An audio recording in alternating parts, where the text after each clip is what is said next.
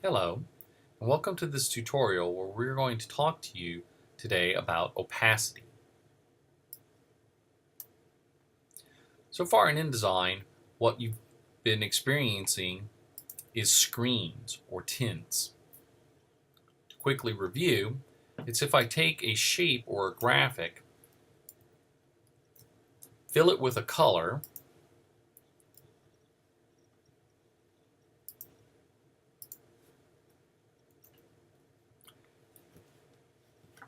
and then in my swatches palette, I can adjust the tint of it to a lighter color. Note how I've changed this to a light gray, but I cannot see words or images underneath it. That's because it's a tint of a color. A common mistake that a lot of designers use when they're just starting out is they confuse opacity or transparency with a tint or a screen.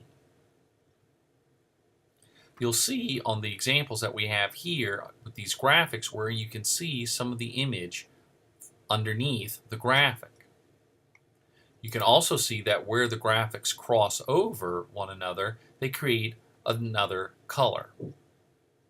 That's because these are opacities, meaning that there's a layer of transparency to it in the color that we've chosen, and in transparency it means that whatever is underneath the graphic is going to show through. Here, let's show you.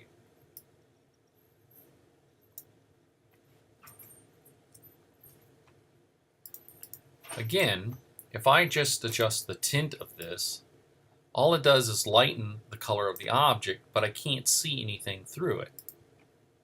If I want to see something through it, then I have to adjust its opacity. To do that, you go to the top menu and you'll see a little box next to where you can select the frame or stroke color.